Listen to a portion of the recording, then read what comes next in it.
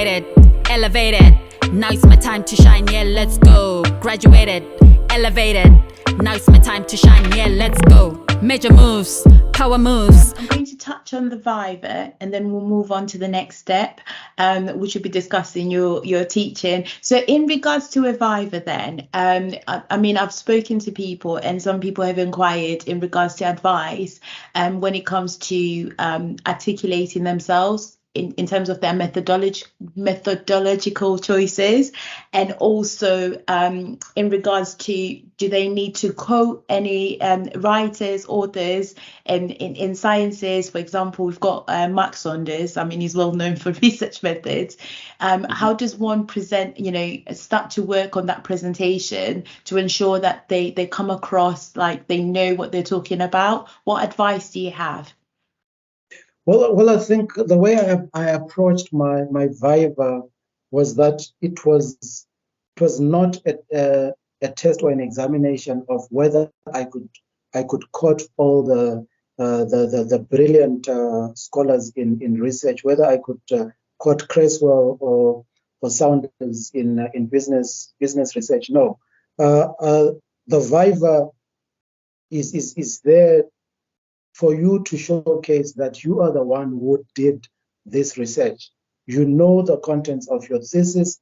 I believe, and maybe I was fortunate enough that my external examiners, or both the external and the internal examiner, did not really focus on who was cited and who was quoted here and there, but wanted to extract an understanding of whether I could demonstrate that I am the one who did this research right from conception to finalization. So that to me is what a Viva is all about.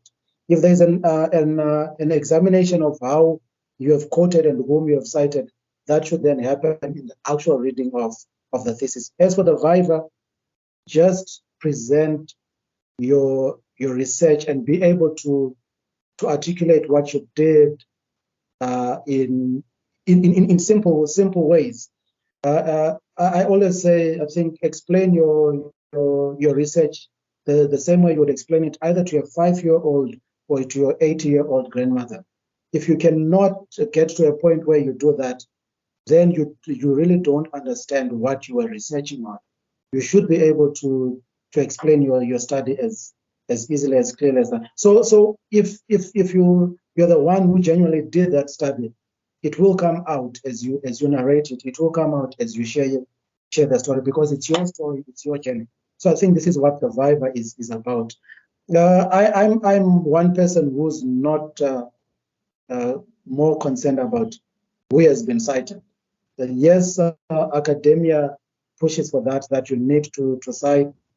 But I believe that if you've done a study, you should be able to articulate it, and it's yours. Own it and articulate it well and clear. Excellent. So moving on to teaching. So you've got 2 PhDs. That is amazing. I mean, and then you're now teaching.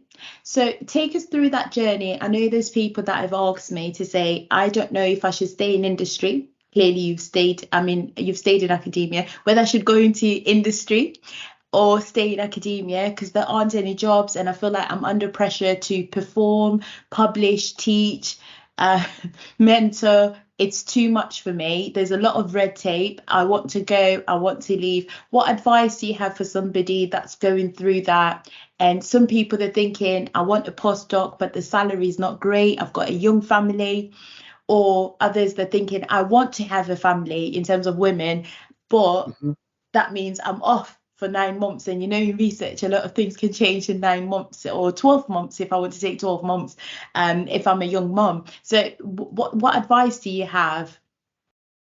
Well, I want to maybe correct a few things. And I think this is what most people believe, that academia is all about teaching. And it's not. So my current post, I don't teach at all. So in my current position, I am a program manager. I'm managing a unit and running a program that is supporting marginalized students go through an extended degree program or be able to apply for postgrad, like the honors degree and all.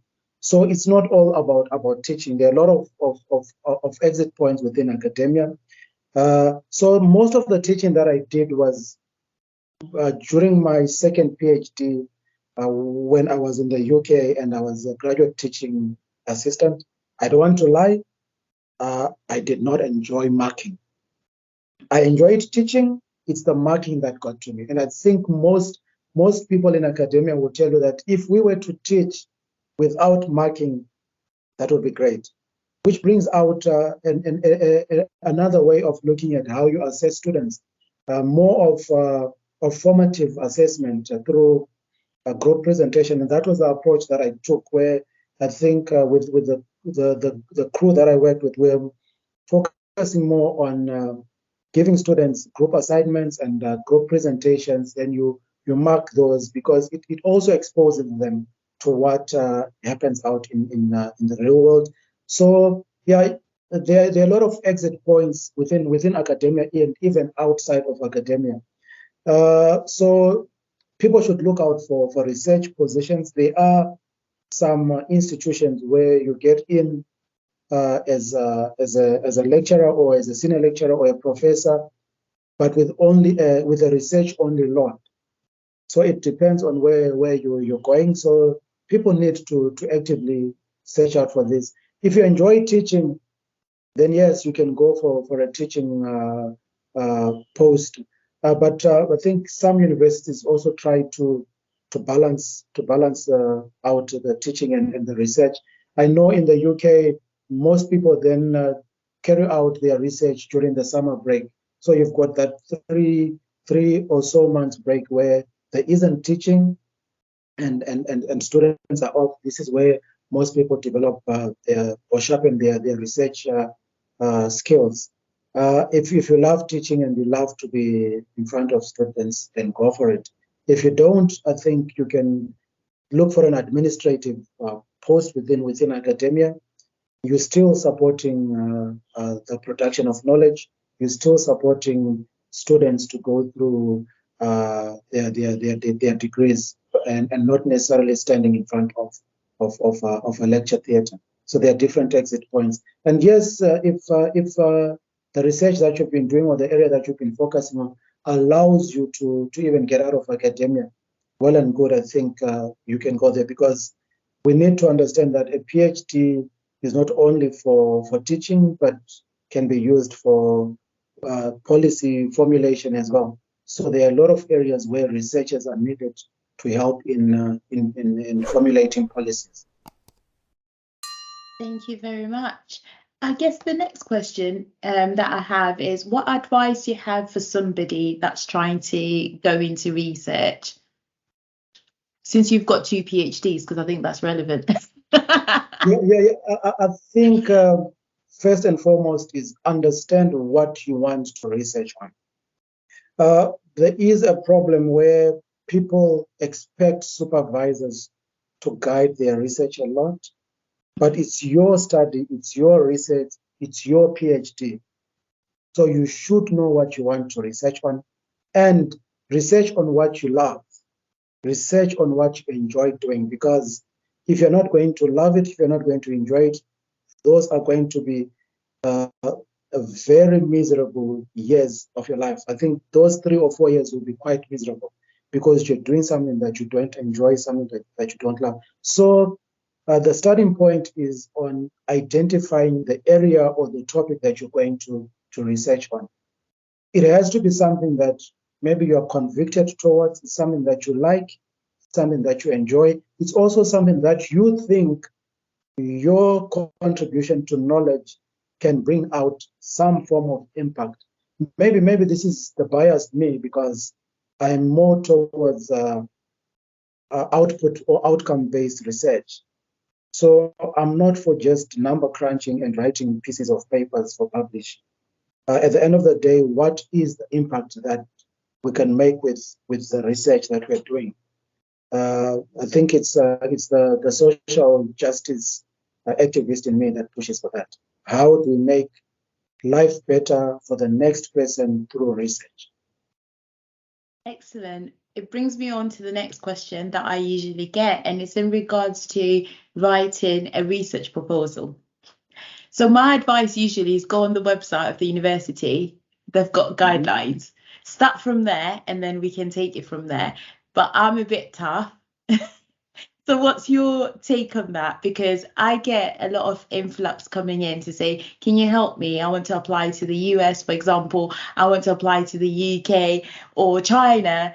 And I'm sure the universities, they already have the guidelines. So if you start from there, then maybe I can, review and mark and we can have a discussion. So what's your advice to somebody that sent that in as a question?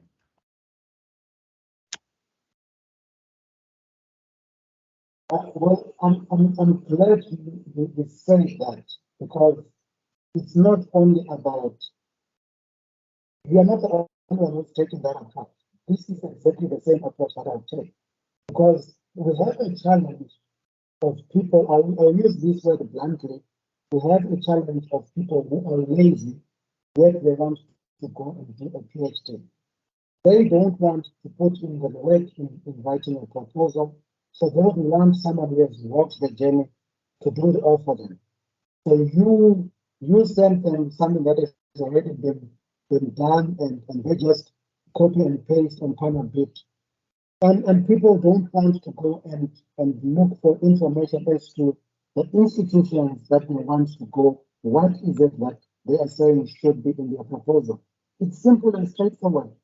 You want to go to University X, go to University X's website and see what they say about the format of the proposal and follow that. Then once you have put in together something, you can work from there. Then we can kind of get that. Not that you come to me and say, okay, can you send me the proposal that you used for your application? I want to give. But yeah, that was for university wide, and their format might be different from the university where you want to go to. The focus of the study is also different. So people need to be prepared to put in the grind when you're putting the proposal. Because the other thing is, remember your potential supervisor is reviewing hundreds, if not thousands, of other applications.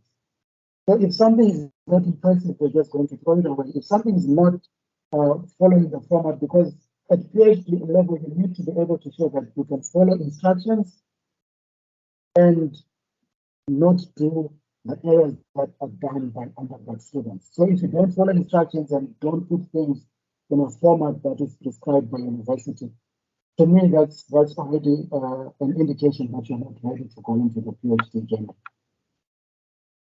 Thank you very much. And that is your opinion. So, again, like I said, I just say, please go on the website, because I feel like with research, you have to research. So you should be able to go on the website at least before we start having that interaction. The next question is, any advice on how to deal with rejection? So, for example, people are applying for PhDs and they're getting rejected. Sometimes, like, you don't even get an email to say, we don't want you. It's that would be better. But sometimes you don't even get it. So how does one deal with that rejection? Well, I think I say the return rate for PhD application is 5 in 100. So I think I've put in I lost count. I think more than 100 applications looking for PhD place, which meant that you do cold emailing to supervisors. You send them synopsis of the ideas that you have. You change it for this one, you change it for that one, and the return rate 5 out of 100. The rest are rejections. Well, you just get up and move on. Go to the next station and try there.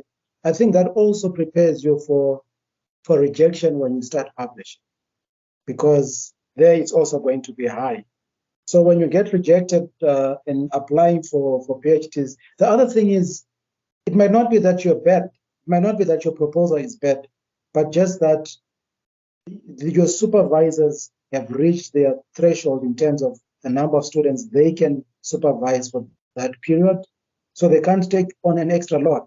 It might be that the institution that you are applying to does not have someone to supervise you for your study. So there are different reasons for rejections. People should not take rejection as a sign that they are failures or they can't make it. As long as you've put together a sound proposal, somehow there is going to be someone who is interested in it. So do also a targeted identification of potential supervisors. That can help in minimizing the rejection rate. So I've got two more questions that have come in, and you'll be glad to know that we're done, because I'm sure you've got a lot on your plate. So the question that I have, in your opinion, do you think education in terms of, I mean, you've got 2 PhDs, so I'm sure you have a response to this.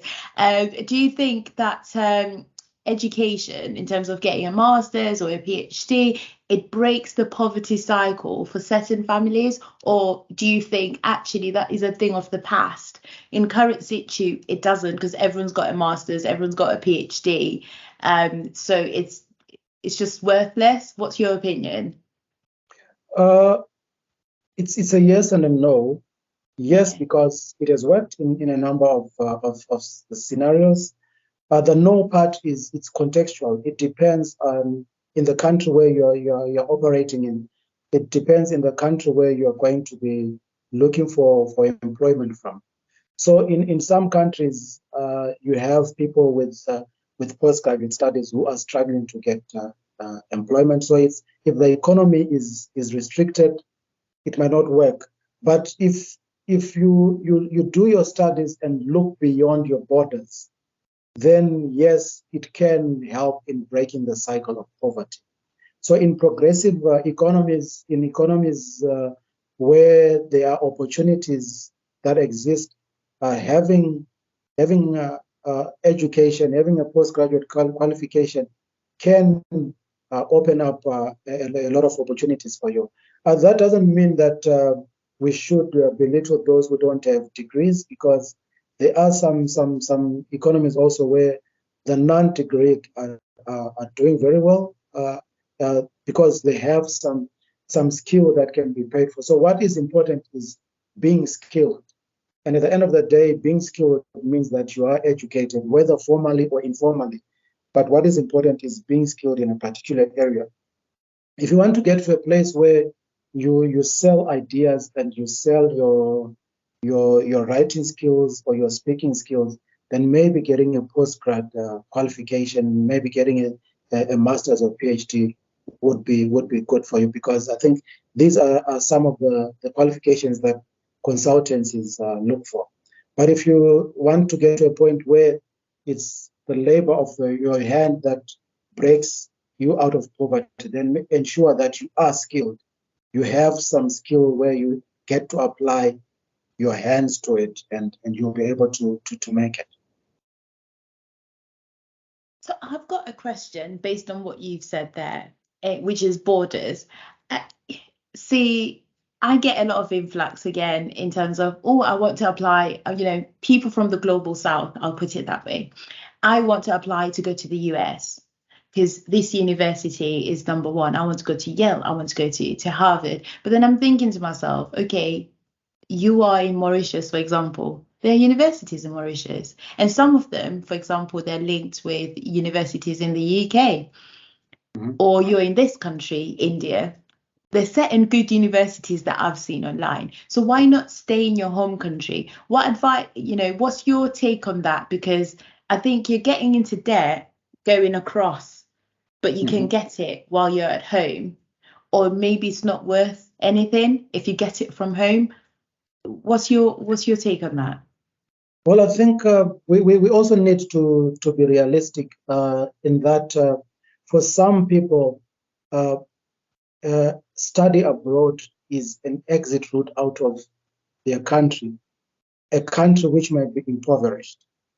So this is what they're looking for. Someone is saying, if I can go to the UK or to the USA, I will be able to leapfrog from the situation where I am. Remember what I said about context. So where I am, I might get the master's, I might get the MBA, but I won't be able to fully utilize it and earn some real wages or some real income. You might just be earning peanuts. So for some people, it's a leapfrog out of an impoverished economy. I attest to that because that is the route that I use. If it hadn't been for the fact that I took postgraduate studies outside of my home country, we could have been tracking a different story. But I think that's a reality we have to accept, that for some people is the way out. A number of people have taken study permits and gone on to do their studies and then converted those into work permits, and then they have become permanent residents in the different countries across the globe. Only if they hadn't taken that leap of going to study, they might be stuck in their countries right now. It also goes in either direction. We do have people who are coming from the West, who are coming to establish themselves in countries in the global South. They come in as postgraduate students with funding, because the other thing is most of research funding coming into institutions in Africa, they come in with their own academics. They come in with their own professors. This is what I call academic colonialization. So someone comes in, I come in as a professor and I'm doing a research in University X. I also identify a few other students who I'm going to bring in as research assistants and the like. By the time they're done with their studies, they stay on and they're able to attract even more research grants from their home countries and stay on in Africa. So the academic migration is going in either direction, and that's a reality that we have to accept. Excellent. We've got to the last question, and I'm glad, I'm sure you'd be glad to know.